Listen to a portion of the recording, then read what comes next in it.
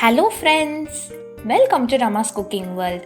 இன்றைக்கி நம்ம சூப்பரான சிக்கன் ஃப்ரைட் ரைஸ் எப்படி ரெஸ்டாரண்ட் ஸ்டைலில் பண்ணுறதுன்னு பார்க்கலாம். இதுக்கு நம்ம first 250 grams of boneless chicken நல்லா சின்ன சின்ன பீசஸாக கட் பண்ணிக்கோங்க. அப்போ தான் ஃப்ரைட் ரைஸ்க்கு நல்லாயிருக்கும்.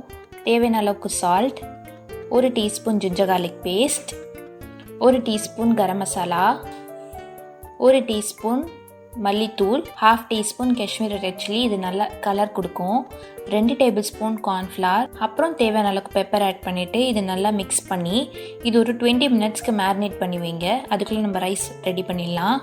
இப்போது 3 கப் தண்ணி இதில் ஆட் பண்ணிவிட்டு இதில் ½ டீஸ்பூன் சால்ட், ரைஸ்க்கு நல்லா டேஸ்ட் கொடுக்கறதுக்காக 1 கப் பாஸ்மதி ரைஸ், இது ஒரு 8 to 10 மினிட்ஸ்க்கு நல்லா குக் பண்ணி எடுத்துக்கோங்க. இது 90% குக் ஆகணும். இந்த மாதிரி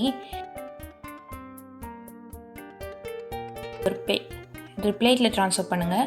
பிளேட்டில் ட்ரான்ஸ்ஃபர் பண்ணி நல்லா இதில் ட்ரை ஆகிற வரைக்கும் நல்லா ஸ்ப்ரெட் பண்ணி விட்டுக்கோங்க. இப்போது சிக்கனை நல்லா ஃப்ரை பண்ணிடலாம். ஒரு 3 மினிட்ஸ்க்கு நல்லா ஹை ஃப்ளேமில் குக் பண்ணிங்கன்னா சூப்பராக ரெடி ஆகிடும். இப்போ ரெடியான சிக்கனை பிளேட்டில் ட்ரான்ஸ்ஃபர் பண்ணிடலாம். ட்ரான்ஸ்ஃபர் பண்ணிவிட்டு இதே எண்ணெய் தான் நம்ம ரெசிபி ஃபுல்லாக யூஸ் பண்ண போகிறோம். அதனால் இந்த எண்ணெய் வேஸ்ட் ஆகாது. நெக்ஸ்ட்டு நம்ம என்ன பண்ண போகிறோன்னா 4 முட்டையில் தேவையான அளவுக்கு உப்பு, கொஞ்சம் பெப்பர் ஆட் பண்ணி இது நல்லா பீட் பண்ணிவிட்டு இந்த முட்டையில் நல்லா ஒரு எக் ரெடி பண்ணிவிட்டு இப்போ அதே எண்ணெயை கொஞ்சம் ஆட் பண்ணிவிட்டு 2 வெங்காயத்தை ஃபைனாக சாப் பண்ணி ஆட் பண்ணியிருக்கேன். 1 teaspoon ginger garlic paste, 2 carrot add பண்ணிவிட்டு red yellow green capsicum add பண்ணியிருக்கேன். உங்களுக்கு வேணான்னா நீங்கள் ஒரு கலர் கூட ஆட் பண்ணிக்கலாம்.